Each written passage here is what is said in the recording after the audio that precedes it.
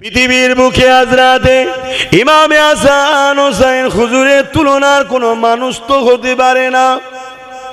এ নওজওয়ানেরা, হযরত ইমামে হোসেন, হযরত ইমামে হাসান আল্লাহ পাক জিনাদেরকে এত ভালোবাসতেন, এত পিয়ার করতেন। হযরত খাতুনে জান্নাত যখন ঘুমিয়ে পড়তেন বা নামাজে দাঁড়িয়ে দাঁড়িয়ে নামাজ পড়তে থাকতেন, হাসান হোসেন যখনই কেঁদে উঠত, আল্লাহ পাক সঙ্গে সঙ্গে জিবরাইল আলাইহিস সালামকে পাঠিয়ে দিত। ও হযরত জিবরাইল দুনিয়া জমিনে যায়, আমার হাসান হোসেন তারা কাঁদে, এদিকে খাতুনে জান্নাত নামাজের মধ্যে দাঁড়িয়ে রয়েছে। ও হযরত জিবরাইল হাসান হোসেনকে গিয়ে আপনারা সান্ত্বনা দেন।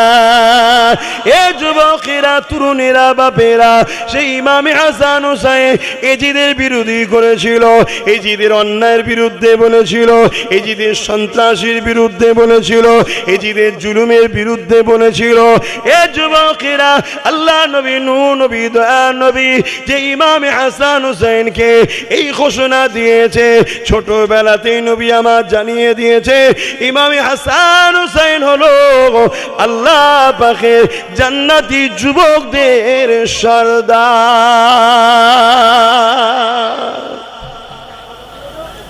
ইমাম হাসান হোসেন জান্নাতি যুবকদের সর্দার। জান্নাতে কোনো বুড়ো যাবে? জান্নাতে সবই তো যুবক যাবে, বুড়োকে যুবক করে দেবে। তাহলে হাসান হোসেন কাদের সর্দার?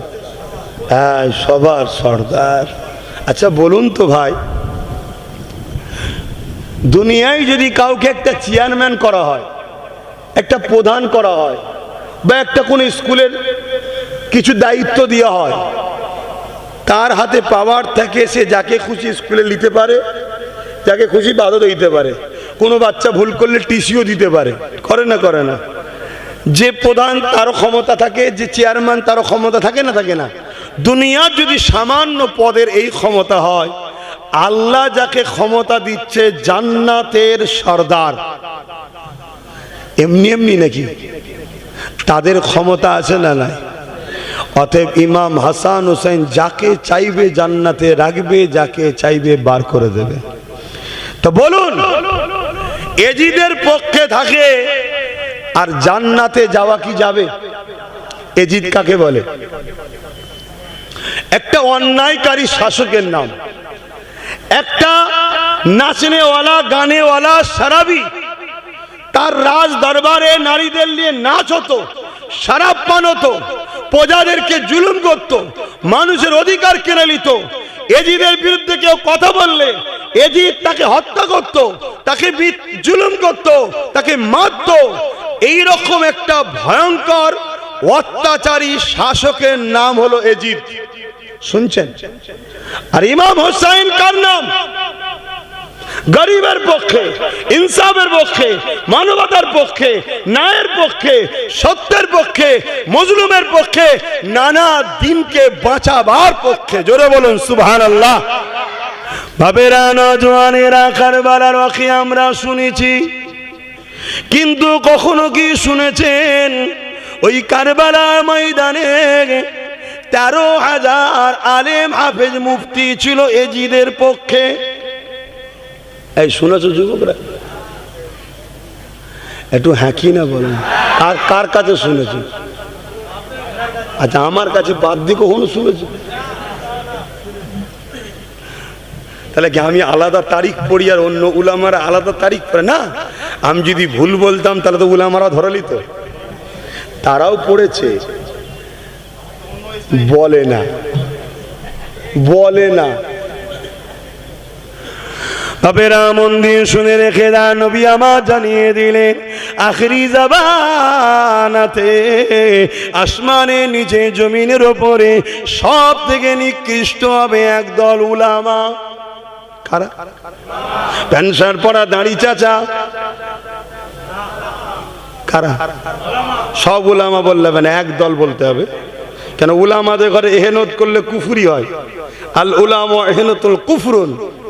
আর কুফরি হারে যদি মারা যায় সারা জীবন জাহান্নামে। শুনছেন তো নাকি? একদল। আল্লাহ নবী আরো বললেন আখিরি জামানায় মসজিদ ভর্তি নামাজি থাকবে, একটাও ইমানদার থাকবে না। কোথায় থাকবে? হাদিসগুলো একটু বলছি, সারা দেন না, অসুবিধা হচ্ছে নাকি? এই সময় উকর চলে যাচ্ছে। দাদি বলে মসজিদ ভর্তি নামাজি থাকবে, একটাও ইমানদার। ইমাম কি মসজিদের বাইরে থাকে? একটাও ইমানদার। তাহলে ইমাম ওর মধ্যে পড়ছো তো, চলে আসেন। এ যুবকেরা, তরুণেরা, আল্লাহ নবী জানিয়ে দিলেন আখিরি জামানায় হাতে তালুতে আগুন রাখার থেকেও ঈমান বাঁচানো বড় কষ্ট হয়ে যাবে। এখানে কেউ কি আছেন হাতের তালুতে এক টুকরো আগুন রাখতে পারবে? কখনোই সম্ভব নয়। তার থেকেও কঠিন হলো ঈমানটা বাঁচানো। তাই আল্লাহর কাছে সাহায্য চাই। ও রব্বি আল্লাহ, আপনি, আমি, আব্বাস আমার ঈমানকে বাঁচান, আমাদের ঈমানকে বাঁচান। বলুন আল্লাহুম্মা আমিন। কেন আখিরি জামানা শুরু হয়ে গেছে। এ যুবকেরা, তরুণেরা, বাপেরা, আরো একটা হাদিস বলে যায়। আল্লাহ নবী জানিয়ে দিলেন আখিরি জামানাতে আমার উম্মতিরা প্রচন্ড মার খাবে। কিভাবে মার খাবে? আল্লাহ নবী বলেছেন একটা পাত্র যদি খাবার থাকে আর ক্ষুধার্ত পশুগুলো ওই পাত্রের উপরে ঝাঁপিয়ে পড়ে, এইভাবে আমার উম্মতের উপরে আখিরি জামানাতে একদল মানুষ তাদের উপরে ঝাঁপিয়ে পড়ে তাদেরকে ছিন্ন বিচ্ছিন্ন করে হত্যা করে দেবে। আমরা যদি সোশ্যাল মিডিয়ায় দেখি, এই হাদিস কিন্তু বাস্তবে শুরু হয়ে গেছে। আমার পশ্চিম বাংলাতে বেলগাছিয়াতে গত কয়েক সপ্তাহ আগে মাত্র 3টে মুসলিম যুবক ছেলেরাতে 20-25 জনের ভিড় এমন করে ঝাঁপিয়ে পড়ল, তাদেরকে পিটিয়ে পিটিয়ে রক্তাক্ত করে দিল। কেননা তারা ছিল মুসলমান। এই জন্যে এ যুবকেরা, তরুণেরা, যুবকেরা, 4টে হাদিস বললাম। প্রথম নম্বর হাদিস নবী আমার জানিয়ে দিলে আসমানের নিচে জমিনের উপরে সব থেকে নিকৃষ্ট হবে একদল উলামা। দ্বিতীয় নম্বর হলো মসজিদ ভর্তি নামাজি থাকবে, একটা ইমানদার থাকবে না। 3 নম্বর হলো হাতের তালুতে আগুন রাখার থেকেও ইমান বাঁচানো বড় কষ্ট হবে। 3-4 নম্বর হলো আমার উম্মতদের উপরে ক্ষুধার্ত পশুরা যেভাবে খাদ্যর উপরে ঝাঁপিয়ে পড়ে, আখিরি জামানাতে আমার উম্মতদের উপরে এইভাবে ঝাঁপিয়ে পড়ে তাদেরকে হত্যা করবে, তারা প্রচুর মার খাবে। এ যুবকেরা, তরুণেরা, এর কারণটা কি? এবারে মিলিয়ে এলান। আল্লাহ নবী জানিয়ে দিলে এ দুনিয়ার মানুষেরা শুনে রেখে দাও, অন্যায় দেখলে হাত দিয়ে তোমাদেরকে রুখতে হবে। যদি হাত দিয়ে রুখতে না পারো, মুখ দিয়ে প্রতিবাদ করো। যদি মুখে প্রতিবাদ করতে না পারো, অন্তর থেকে ঘৃণা করে দূরে সরে যাও। শুনছেন? তাহলে অন্যায় দেখলে কি করতে হবে? হাত দিয়ে রুখতে হবে। যদি হাতে ক্ষমতা না থাকে, মুখ দিয়ে প্রতিবাদ, মুখেও ক্ষমতা নেই, অন্তর থেকে ঘৃণা করে সরে যেতে হবে। এই 3টের মধ্যে কোনোটা যদি না থাকে, তার মধ্যে ঈমান নাই। 1 নম্বর ঈমান কি? হাত দিয়ে রুকা। 2 নম্বর ঈমান কি? মুখ দিয়ে প্রতিবাদ। 3 নম্বর ঈমান কি? খুবই দুর্বল কিন্তু ঈমান আছে। যেমন কচু পাতাতে পানি দিলে যেমন টলমল করে, ওই রকম ঈমান আছে কিন্তু খুবই দুর্বল। তারপরেও যদি ঘৃণা করে সরে যায়, ঈমান থাকবে। আর যদি 3টের মধ্যে কোনোটা না থাকে, ঈমান নাই। মনে রাখবেন, আমার নবী পাক যখন দিনের প্রচারটা করেছিল, আমার নবী পাকের বিরুদ্ধে তখন আবু জেহেল, উতবা, সাইবা লেগেছিল। আমার নবী পাক তাদের বিরুদ্ধে ছিলেন, কেননা তারা অন্যায় করত, তারা নারীদের শোষণ করত, তারা বাচ্চা দিওকে নিজেদের নকল খোদাকে খুশি করার জন্য উৎসর্গ করত, তারা মানুষের অধিকার হরণ করত, তারা সমাজের বুকে অন্যায় অত্যাচার করত। তাদের বিরুদ্ধে কেউ কথা বললে তারা রাগ আজ ক্ষমতার জোরে মানুষকে জেলে দিয়ে জুলুম করত। আল্লাহ নবী আবু জেহেল উতবা সাইবার বিরোধী করেছে। শুধু এদের নয়, আল্লাহ নবী রোম সাম্রাজ্যের অত্যাচারের বিরুদ্ধে দাঁড়িয়েছিল। আল্লাহ নবী পারস্যর বিরুদ্ধে দাঁড়িয়েছিল। আল্লাহ নবী এমন কোন কিসরা কাইসার, পৃথিবীর সুপার পাওয়ার তখন দুটো ছিল, একটা ছিল রোম আর একটা ছিল হচ্ছে পারস্য। এত বিশাল পাওয়ার ছিল তাদের, এত বড় এলাকা যে সূর্য ডুবতো না। এক প্রান্ত যদি ডুবতো আর এক প্রান্ত থেকে সূর্য উঠে পড়তো। এই বড় বড় হুকুমতদের বিরুদ্ধে আল্লাহ নবী তাদেরকে চিঠি লিখেছে যে তোমরা অন্যায় বন্ধ করো, নারীর ওপরে জুলুম বন্ধ করো, খুন বন্ধ করো, অত্যাচার বন্ধ করো, নাই মুহাম্মদ রসুলের মোকাবেলায় তোমরা তৈরি হও। শুনছেন তো নাকি? তাহলে ইসলাম কি অন্যায়ের পক্ষে না বিরুদ্ধে? তাহলে উলামাদের কাজ কি? অন্যায়ের পক্ষে না বিরুদ্ধে? তাহলে হাক্কানি উলামা চিনতে হবে না? হবে না? হাক্কানি উলামা চিনারও একটা নমুনা এই সুযোগে বলে যাচ্ছি। নাম্বার 1, সে নবীর সাথে আপনাকে জুড়তে চাইবে। নাম্বার 2, হক উলামার নমুনা হলো সময়ের জালিম শাসক হক উলামার বিরুদ্ধে থাকবে। শুনছেন তো নাকি? হক উলামার নমুনা কি?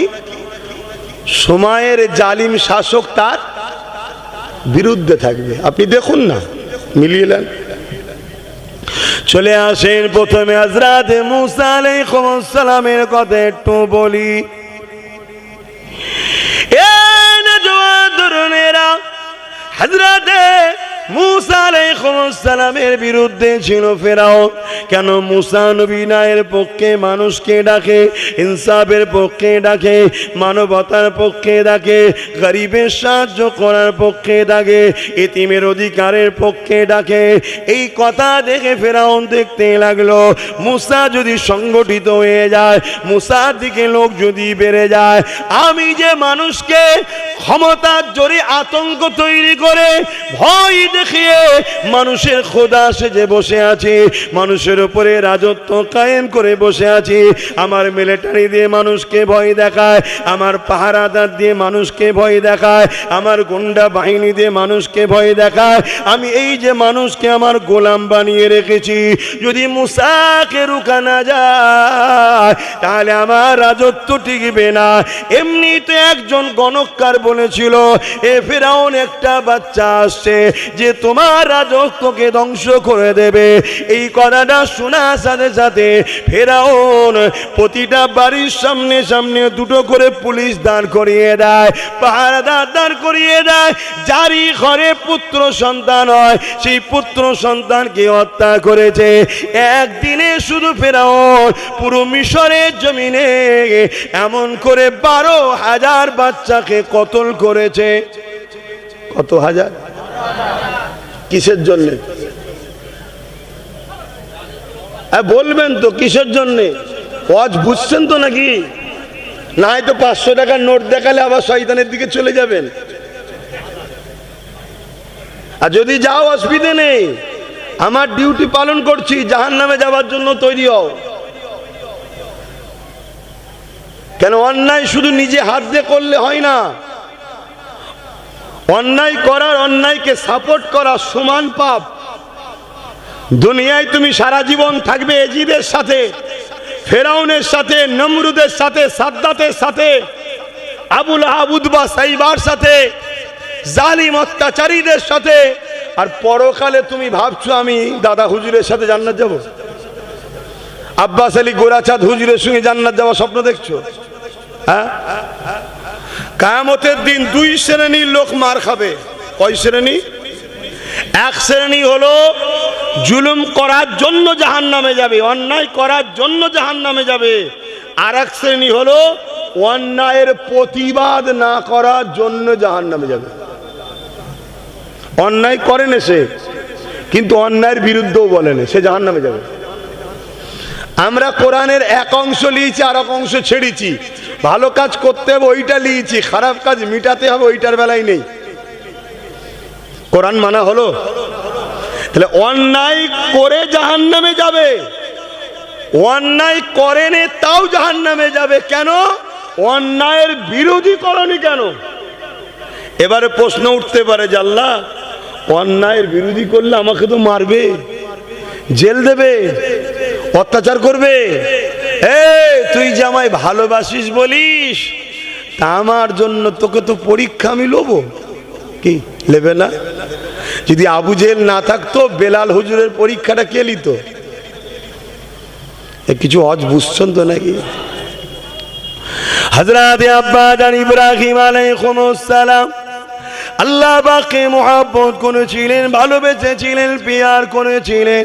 কতটা ভালোবেসেছিলেন, একদিন জিবরাইল আলাইহিস সালাম মানুষের সূরা ধরে আব্বা জান ইব্রাহিম আলাইহিস সালামকে পরীক্ষা করতে চলে আসলো। কি পরীক্ষা নিয়েছিল?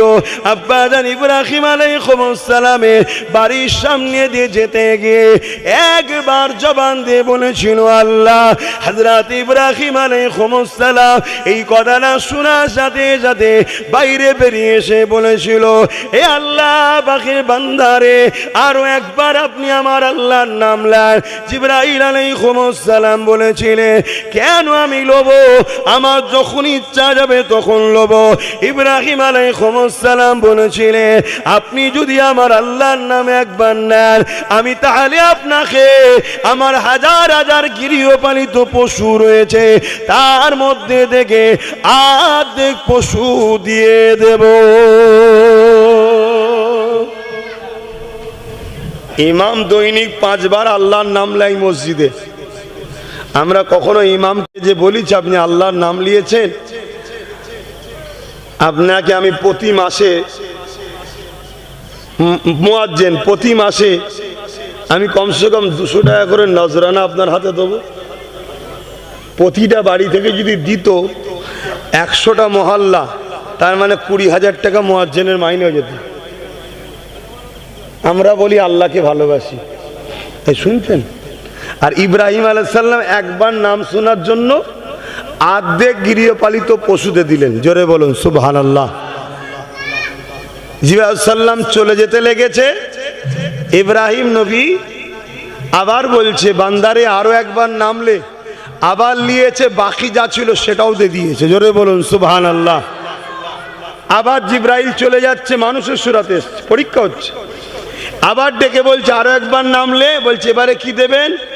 তুই আবার আল্লাহর নাম নিবি, তোর এই পশুগুলোকে লালন করার তো লোক লাগবে, আমি ফ্রিতে নিজেকে দান করে দেবো তোকে, তোর এই পশুগুলো লালন পালন করব। জোরে বলুন সুবহানাল্লাহ। এই ইব্রাহিম আলাইহিস সালামকেও আল্লাহ আগুনে পরীক্ষা নিচ্ছে। এটা কি ভালোবাসা নয়? তাহলে আগুনে পরীক্ষা নিচ্ছে কেন? শুনছেন আমার ওয়াজ? মন দিয়ে শোনো যুবক, মৃত্যু দোরের গোড়ায়, কখন হবে কোনো ঠিক নেই। হযরত ইব্রাহিম আলাইহিস সালামকে নমরুদ আগুনে ফেলেছিল কি জন্যে? ইব্রাহিম নবী নমরুদের অন্যায়ের প্রতিবাদ করেছিল, তাই তো নাকি? একটু হ্যাঁ কি না বলেন। নমরুদ কে ছিল বলবেন তো? জালিম শাসক ছিল, জালিম শাসক ছিল। তাহলে ইব্রাহিম নবী বিরোধী করেছে, আর ইব্রাহিম নবীকে নমরুদ কি করছে?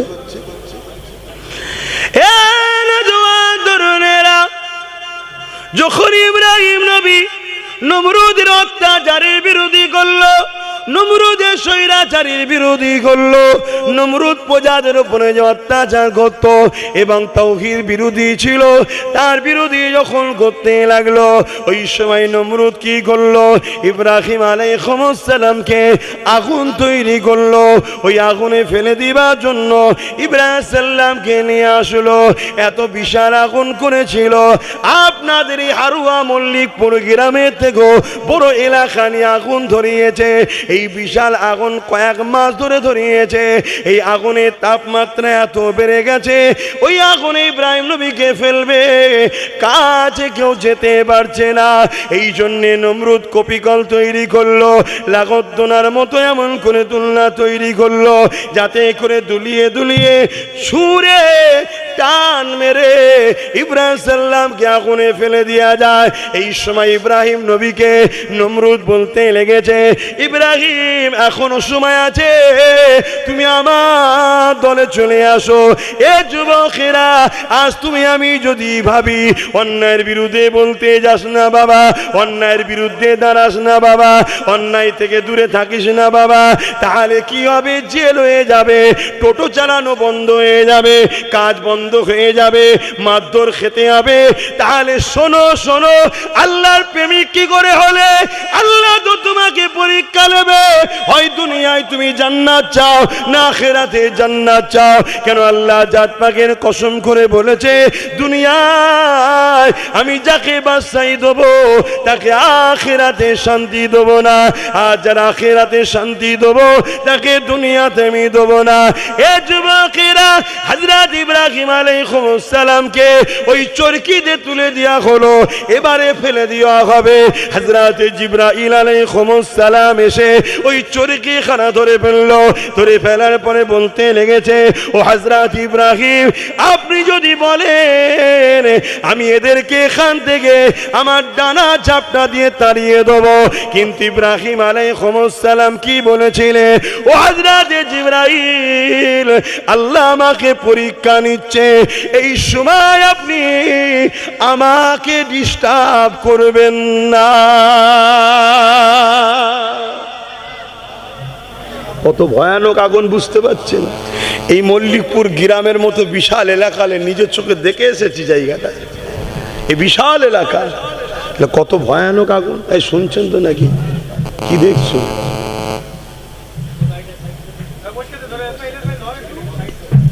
সেই জায়গাতে আব্বাকে দুলনাতে তোলা হয়েছে, ফেলা হবে। আমার আব্বা জানরাও শুনছেন তো, আব্বা জানরাও শোনেন। কিয়ামতের দিনে অনেক বাপকে আল্লাহ দাঁড় করাবে, এই নামাজ পড়েছো পাস, রোজা ঠিক আছে, হজ ঠিক আছে, দাড়ি টুপি ঠিক আছে, সংসার জীবন সব ঠিক আছে, তোমার ছেলে ঠিক ছিল? বাপ বলবে, আল্লাহ ওটা আমার ছেলেকে জিজ্ঞেস করেন না, তুমি তো গার্জিয়ান, এই ছেলেকে ডাকো। ছেলেকে হিসাবে দেখা যাচ্ছে ছেলে ধরা পড়ে গেছে, আল্লাহ বলবে যাও জাহান্নামে। ছেলে তখন বলবে, আল্লাহ আমি যে জাহান্নামে যাচ্ছি পাপ করার জন্য, আমার বাপ যদি আমাকে কড়াভাবে গার্ড দিত তাহলে কি আমি পাপ করতাম? তাহলে আমি পাপী হয়েছি বাপের জন্য, বাপ কেন জান্নাতে যাবে? আল্লাহ বলবে ঠিক বলেছে, একে ওর বাপের সাথে জাহান্নামে দাও, এর নাম ইসলাম। আমি আপনাদের কি ক্ষতি করছি? আমি তো আরো 10টা মৌলানার মতো বক্তার মতো পেটে রজ করে চলে যেতে পারতাম, এসব কথা বলার কি দরকার?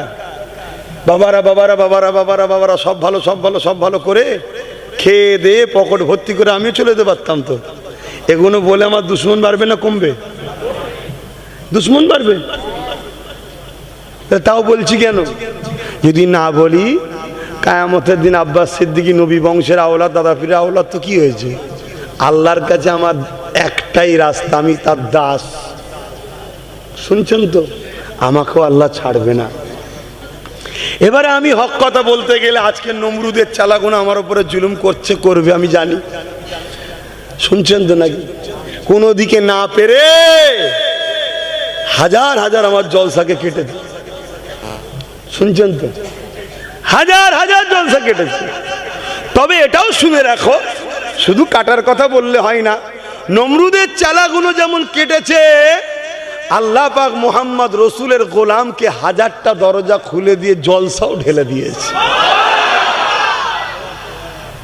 লোক তো শুধু বলছে যাবেন দোয়াটা করবেন ওতেই হবে।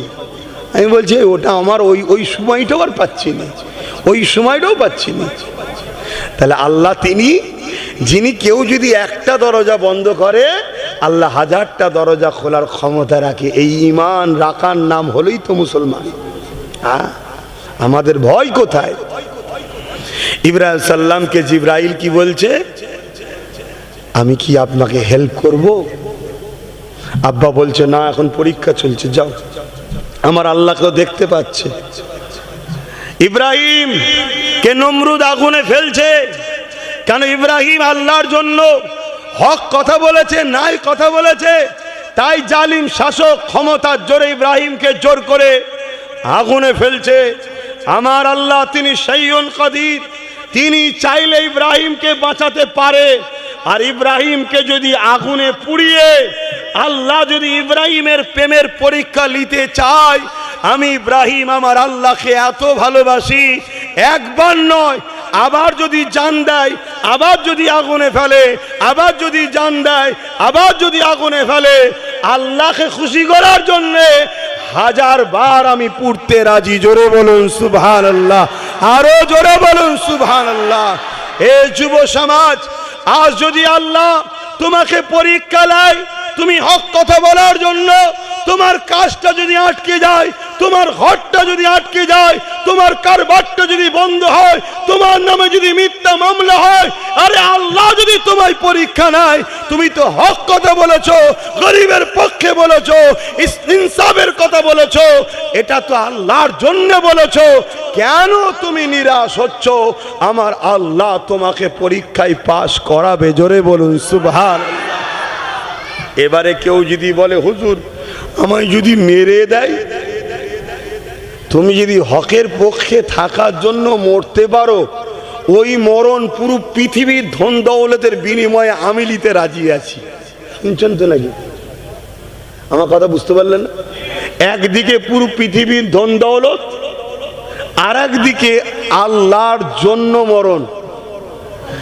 এই মরণটা এত দামি, খুব কপালওয়ালা ছাড়া পাই না। শুনছেন তো? হ্যাঁ, মরণ তো সেই হবে। কবে হবে বলেন বলেন?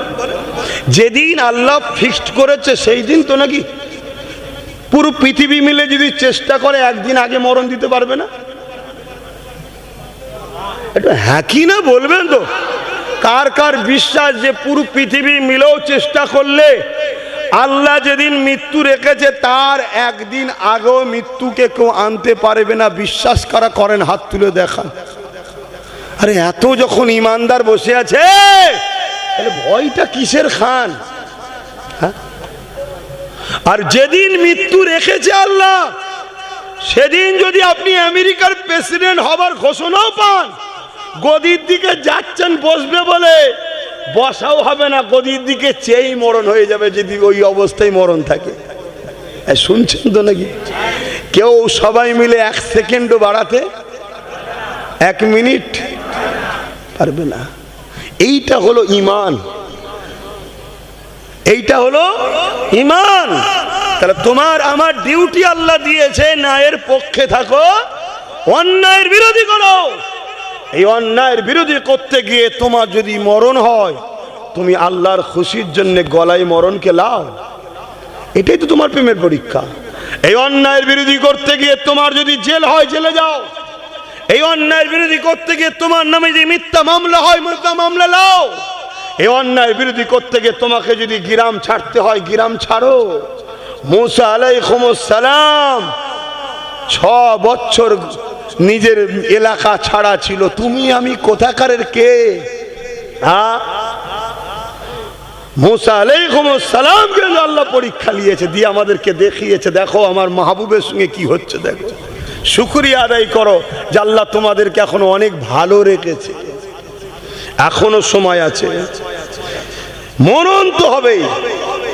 দুনিয়ায় যদি অন্যায়ের সঙ্গে গা মিলিয়ে চলো, জালিমের সঙ্গে গা মিলিয়ে চলো, আজকের এজিদদের সঙ্গে গা মিলিয়ে চলো, তালে তাল মিলিয়ে চলো, হয়তো দুনিয়ায় তোমার কিছুদিন একটু রসগোল্লা পান্তুয়া ভালোই চলবে, কিন্তু কবরে 99টা সাপ হবে। এটা তুমি মাথায় রেখে দিও, আমার নবীর কথা। আর তুমি যদি মনে করো না আমার আখিরাতে শান্তি দরকার, তাহলে তুমি দুনিয়ার হকের পক্ষে থাকো, ন্যায়ের পক্ষে থাকো, ইনসাফের পক্ষে থাকো। অবশ্যই তোমার দ্বারাই এই জমিনের বিধবা হক পাবে, এতিম হক পাবে, জুলুম খতম হবে, বেইনসাফি খতম হবে, নেশা খতম হবে। এই জমিনে আবার ইসলামের যে মূল ধারা, সেই ধারা আবার প্রতিষ্ঠিত হবে। জোরে বলুন সুবহানাল্লাহ, আরো জোরে বলুন সুবহানাল্লাহ। তুমি সেই কাজ করবে না? আল্লাহ তোমায় যৌবন দিয়েছে, তাকত দিয়েছে, হাত দিয়েছে, পা দিয়েছে, আল্লাহ দিয়ে হাত দিয়ে তুমি ইসলামের বিরুদ্ধে কাজ করো, ইসলামের পক্ষে কাজ করবে কবে? আল্লাহ দিয়া পা দিয়ে ইসলামের বিরুদ্ধে হাঁটছো, ইসলামের পক্ষে হাঁটবে কবে? আল্লাহ দিয়া জবান দিয়ে ইসলামের বিরুদ্ধে কথা বলছে, ইসলামের পক্ষে কথা বলবে কবে? আল্লাহ দিয়া চোখ দিয়ে ইসলামের বিরুদ্ধে দেখছো, ইসলামের পক্ষে দেখবে কবে? এখনো সময় আছে যুবক, ফিরে আসো, এখনো সময়। কেন দুনিয়া দুদিনের, কবর বড় ভয়ানক হবে, কবর বড় ভয়ানক হবে। প্রতিদিন কবর বলে আমি একা থাকার ঘর, আমি অন্ধকার ঘর, আমি পোকামাকড়ের ঘর। তৈরি হয়ে আসো। আল্লাহ কোরআনও বললি অলতানজুরু নাফসুম্মা কদ্দামাত লিগাদ, প্রতিটা নফসের উচিত পরকাল নিয়ে চিন্তা করা। আপনি কি ভাবছেন আল্লাহ আপনাকে এমনি এমনি বানিয়েছে নাকি? হ্যাঁ, কাজ দেয়নি এমনি এমনি। যাও দুনিয়ায় গিয়ে এমনি এমনি ঘুরে চলে আসো। আল্লাহর জমিনে, আল্লাহর আসমানের নিচে, আল্লাহ দিয়া অক্সিজেন, আল্লাহ দিয়া আবহাওয়া, আল্লাহ দিয়া পানিতে ফলমূল হচ্ছে। গাছ তো তুমি আমি লাগাই, ফলটা কে দেয়? গাছটা বাঁচাই কে? অতএব এমনি এমনি নাকি? হ্যাঁ, ছেড়ে দেবে আল্লাহ আমাকে আর আমাদেরকে? প্রত্যেকটা নবীদের দুশ্মন ছিল দুই শ্রেণীর মানুষ। নাম্বার 1 অত্যাচারী শাসক, নাম্বার 2 ধর্মের নামে ভণ্ড বাবা। এই দুই শ্রেণী ছিল নবীদের চরম দুশ্মন বা ইসলামের দুশ্মন। কারণ কি? কারণ হলো ইসলামের আলোয় এদের শয়তানি সাম্রাজ্য যেমন ধ্বংস হয়, আর শয়তান বদমাইশ ভণ্ড নারীদেহ শোষণকারী বাবাদের সাম্রাজ্যটাও ধ্বংস হয় ইসলামের আলোতে। তাই যুগে যুগেই এই দুই শ্রেণীর মানুষ ইসলামের চরম দুশ্মন ছিল। আর আমারও নবীর দুই শ্রেণীর লোক দুশ্মন ছিল। এক শ্রেণীর লোক হলো যারা জালিম, অত্যাচারী, স্বৈরাচারী, লুটেরা, চরিত্রহীন শাসক ছিল, তারা আমার নবীর দুশ্মন ছিল। আর ধর্মের নামে যারা ভণ্ড ছিল, তাওরাতকে বিকৃত করেছে, ইনজিলকে বিকৃত করেছে, নিজেদের মন গড়া কাল্পনিক ধর্ম তৈরি করেছে, তারাও ছিল আমার রাসূলের দুশ্মন বিরুদ্ধে। প্রথমে আপনারা কনসেপ্টটা, মাইন্ডটাকে ঠিক করুন, তারপরে তো আমি আলোচনায় যাব। কেন এই মুসলিম সমাজের মধ্যেই একদল মানুষ আমাদেরকে বলে আলেম উলামারা আসবে, পীর পীরজাদারা আসবে, এরা নামাজ রোজা হজ যাকাতের কথা বলবে, অন্য কথা যেন না বলে। এই শ্রেণী কথা দুই শ্রেণীর লোক বলে। এক, তাদের ইসলাম সম্বন্ধে জ্ঞান নাই, অজ্ঞ মূর্খ, আর নচে সে মুনাফিক মুসলমান।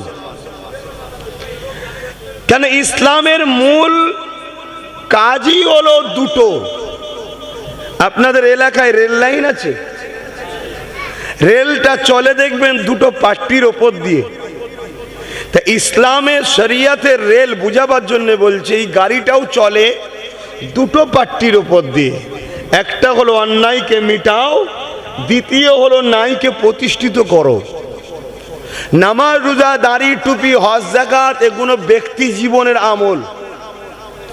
আমার দাড়িতে সমাজের কোনো উপকার নাই, আমার টুপিতে সমাজের কোনো উপকার নাই, ওটা আমার উপকার। হুজুরের সুন্নত রাখছি আমি। আমার নামাজ পড়াতে সমাজের মানুষের কোনো উপকার নাই, ওটা আমার উপকার, আমি দাসত্ব করছি। আমার রোজা রাখাতে সমাজের কোনো উপকার নাই, ওটা আমার উপকার। আমার হজ করাতে সমাজের কিচ্ছু লাভ হয় না, আমি হাজি, আমার গুনাহ মাফ হয়েছে। বুঝছেন তো নাকি? তাহলে আমার রাসূল পাক সাল্লাল্লাহু আলাইহি ওয়াসাল্লাম ইসলাম দিয়ে গেলেন, সেই ইসলামটাকে আমরা মোল্লা মলি সাহেবরাই, পীর পীরজাদারাই মসজিদের মধ্যে তালা মেরে দিয়েছি, মাদ্রাসার মধ্যে তালা মেরে দিয়েছি, বলেছি বাইরে বেরোবি না। আর অথচ ইসলাম কমপ্লিট জীবন ব্যবস্থার নাম। আপনার ধর্মনীতি শিক্ষা ইসলাম দিয়েছে, আপনার অর্থনীতির শিক্ষা ইসলাম দিয়েছে, আপনার পরিবার নীতির শিক্ষা ইসলাম দিয়েছে, আপনার প্রতিবেশী নীতির শিক্ষা ইসলাম দিয়েছে, আপনার সম্প্রীতি নীতির শিক্ষা ইসলাম দিয়েছে, আপনার মানববন্ধন নীতির শিক্ষা ইসলাম দিয়েছে, আপনার রাষ্ট্রনীতি, সিয়াসত, রাজনীতি শিক্ষা ইসলাম দিয়েছে। দুঃখের বিষয়, আজ আমাদের উলামারা সব ইসলামের সব আলোচনাকে ছেড়ে দিয়েছে, শুধু পেটের জন্য বাবারা বাবারা বাবারা করে বেড়ায়। আর এদিকে আমাদের যুব সমাজ, এরা জানেই না হক্কুল্লাহ আর হক্কুন নাস কাকে বলে। কেউ যদি নামাজ কাজাও করে, ও আল্লাহর হক নষ্ট করেছে। রোজা কাজা করে, আল্লাহর হক নষ্ট করেছে। হজ করে নে, আল্লাহর হক আদায় করে নে। আল্লাহ বড় দয়ালু, আল্লাহ চাইলে ওকে মাফও করে দেবে, কথা দিয়েছে। জোরে বলুন সুবহানাল্লাহ।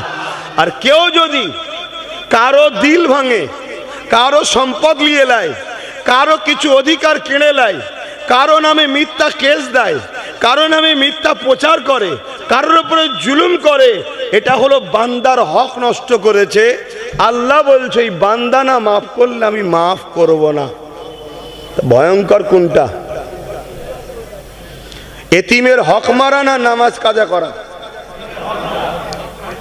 গরিবের হক মারা না রোজা কাজা করা? অসহায় বিধবার সম্পদ ঝেড়ে খাওয়া, হক মেরে নেওয়া না হজ কাজা করা? কতটা ভয়ানক! আজকে মুসলিম 100টার মধ্যে 95টা আমরা ঝাড়ার দিকে এখন এক পা। কথা কি খারাপ হয়ে গেল নাকি?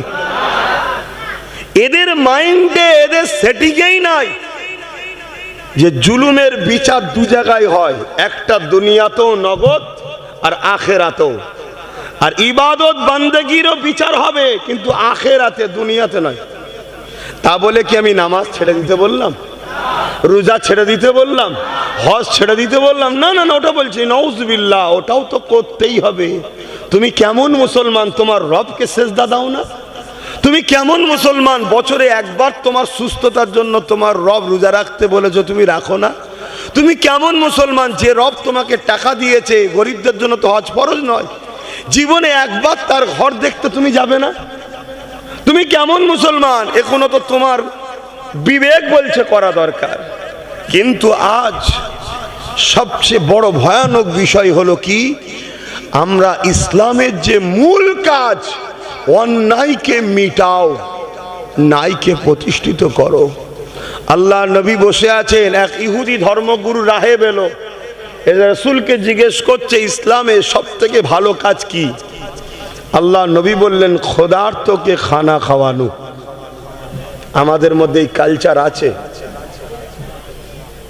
ইসলামের সব থেকে ভালো কাজ কি? ক্ষুধার্তকে, এই কালচার আমাদের আছে। আমাদের কালচার কি? ক্ষুধার্ত বানানো।